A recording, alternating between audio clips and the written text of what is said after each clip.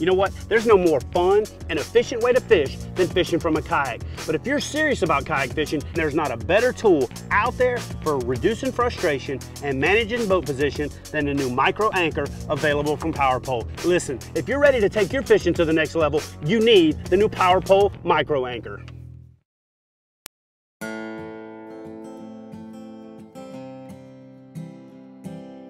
This week, Chad Hoover's hooked up with Jake Davis of Mid-South Bass Guides. With Jake in his bass boat and Chad in his Commander 140 kayak, the guys are exploring the legendary bass-filled waters of Guntersville, Alabama. So Jake Davis and I have been friends for almost a decade. Jake and I worked together at a lure company. Jake was the national sales manager. I was the pro staff director. We both did a lot of cool things at that company, got to know each other really well.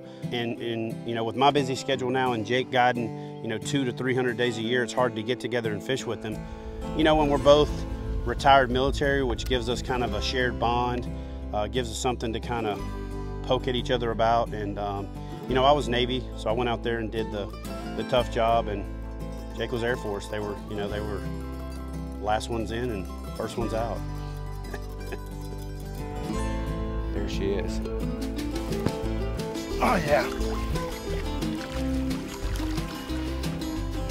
Good.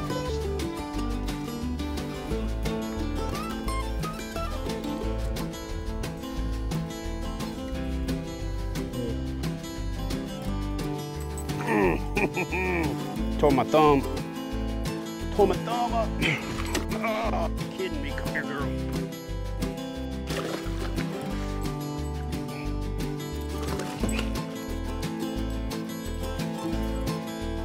Oh!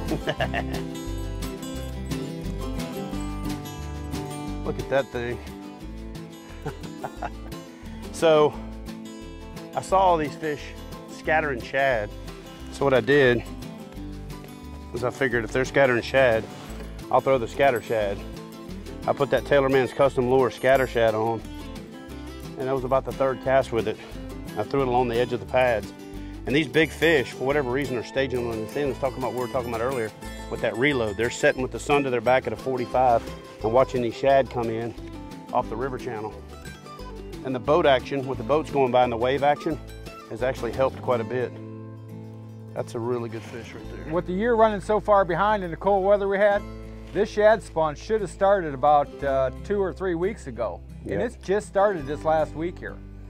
So normally it's over by now, and we're transitioned all the way out to the ledges and fishing nothing but ledges by now. Come here, Scooter. I call those Sonny Bono bass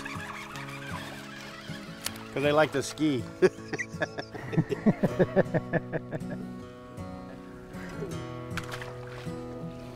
One of the things I do, if you notice, the length of those legs right there, side by side, I've cut the legs off on this one about 3/4 of an inch each leg.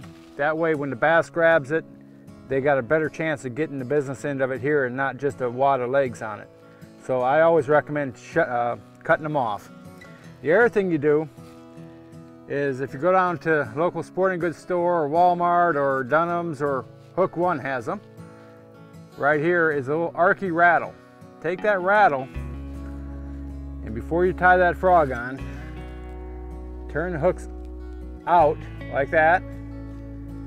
Take that rattle in that hook opening right there. Try not to hook yourself. And shove it in right behind that hook, right there, where that hole is. And then when you get inside there, turn it back over. Remember, the legs go inside the hook. And that way, when you throw it out there, you probably can't hear that, but it has a little rattle to it. And it can just, every extra little bit can help, especially when you're dealing with muddy water or stained water. Or if the grass went later on in the year, the grass will come up and it'll look just like the top of this lily pad. All over through here, nice and thick, and that little extra help comes through that pad.